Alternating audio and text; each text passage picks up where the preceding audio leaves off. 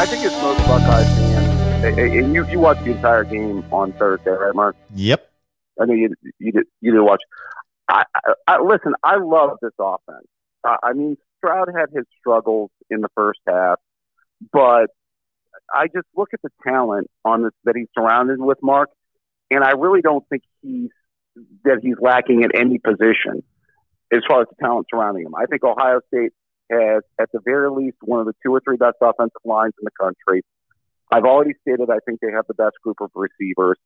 And I've got to say, Mark, I am ecstatic about the Travion Henderson, Mayan Williams combination in the backfield. I think this can be one of the best running back combinations I've seen at Ohio State in a long time. And I mean lethal, especially running behind that offensive line. And we're even good at tight end with Rutgers. So I just think that they've put Stroud into such a good situation. I still wonder what his ceiling is, especially after the last 2 quarterbacks. You know, can it be Fields, Haskins at that level? I think he can get very close, especially with the talent he's got around him. Just your thoughts in watching him, Mark, and what you think.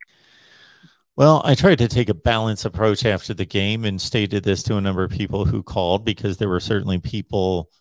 It seemed like there were more detractors and critics of CJ Stroud after the game than there were those who took positives away from the game. So they obviously came out and gave him some easy throws to make, and he made those throws. And I'm talking about the very first throws. I'm talking about the first 3 or 4 or 5 throws. Then he went into a funk, and he was all over the place. He was erratic for the rest of the first half. I'm not that alarmed by that. Look at what we saw out of DJ Uyunglele last night. Right. And he's got experience in big games, going to South Bend, playing Boston College, being down by 4 touchdowns in that game. So I thought that CJ Stroud played much better in the second half. Obviously, I temper that with looking at the throws that he had to make in producing 300 yards passing and 4 touchdowns. He did what he had to do. Nobody's going to, you're not going to make the difficult throws if you don't have to make the difficult throws. So he was able to take advantage of Garrett Wilson completely schooling a cornerback and being wide open. He made a number of throws that were easy throws to make, but that he was not making in the first half. So I don't want to say lukewarm. I'm more on the positive side of his performance, but I don't think he carved the defense up. I don't think he had to make difficult throws to post the stats that he did. I just think he calmed down. He got within the offense. His playmakers made the plays and got open and made plays in open space, Olave and Wilson in particular. And he benefited from that. Yeah, I think that you're absolutely right with the routes, Mark. I mean, they were calling a lot of like wide receiver screens or let him throw deep, which, I mean, if you think about it, either throw really short or really long. And it was, that simple, and you notice the one time he threw across the middle of the field was the interception. So, I mean, once, and I think it was totally smart to use like the wide receiver screens and then the deep passes, because you really can't go wrong either way. Because you got the speed on the outside. If you throw a short pass, that can make somebody miss.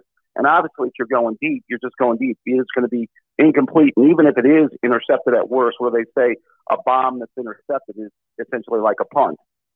So, that's the other way of looking at it too. I don't know where your concern level is with that defense, Mark, but that back 7 of that defense did not look great.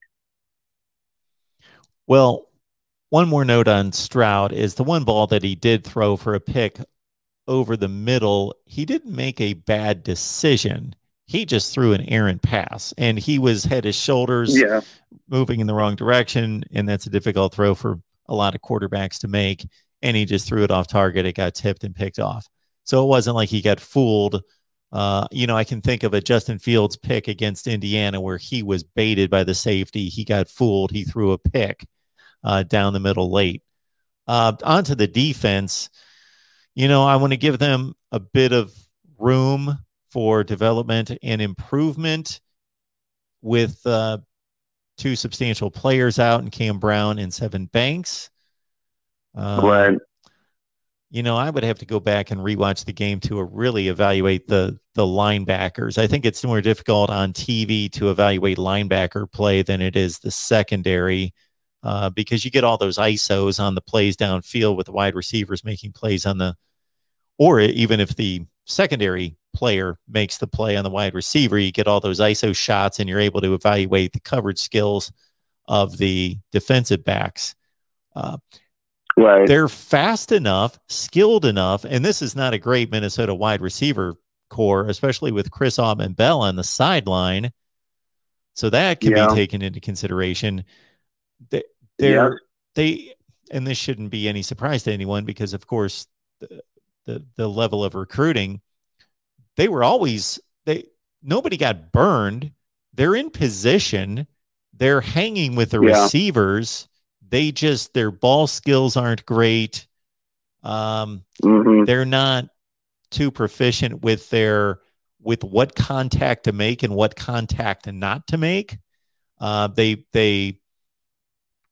again, I don't want to speak to each one collectively as a group. They're of course different players, but so with some of these plays, I'm not being able to differentiate who it was exactly, but they panicked. There was a number of occasions where they panicked and they didn't need to. They were shoulder to shoulder with a receiver, but they panicked and grabbed and pulled down his shoulder.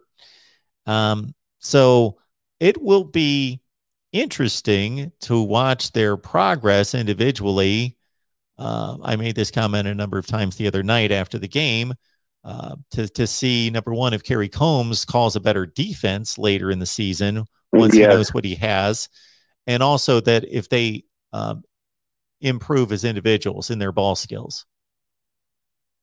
Yeah, I'm totally with you on the Banks and Brown. I mean, those are basically going to be two of their three corners this year. I do think Burke, the one corner, looks really good. I think that at the linebacker / hybrid position, you go back and watch the game. Cody Simon was a guy that made a few plays. I think they've got to get him on the field a little bit more. I mean, the D-line could have been a little bit more dominant, but correct me if I'm wrong, Minnesota was returning pretty much all their starters on that offensive line. Yes. I think they had some fifth-year guys there, if I'm not mistaken, Mark. All of them. Yes. All five. Yeah.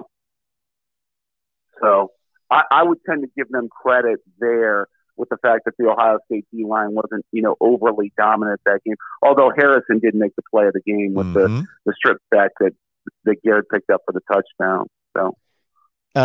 I had a conversation with a wholesome one. He was at the game, and he said he had a pretty good seat to really get perspective on the game, and he had some interesting comments to make. And we both agreed, because he had heard our comments after the game, that if you charted every play in that game, Minnesota won more plays in that game, but Ohio State made the massive plays. That's the talent gap. Yes. That's the ability of athletes like Zach Harrison and Garrett Wilson and Chris Olave and Travion Henderson to make game-changing plays. Right. Yeah. Ohio State's playmakers made plays, and that was it. And we had a bunch of big plays. That was the ultimate difference, too.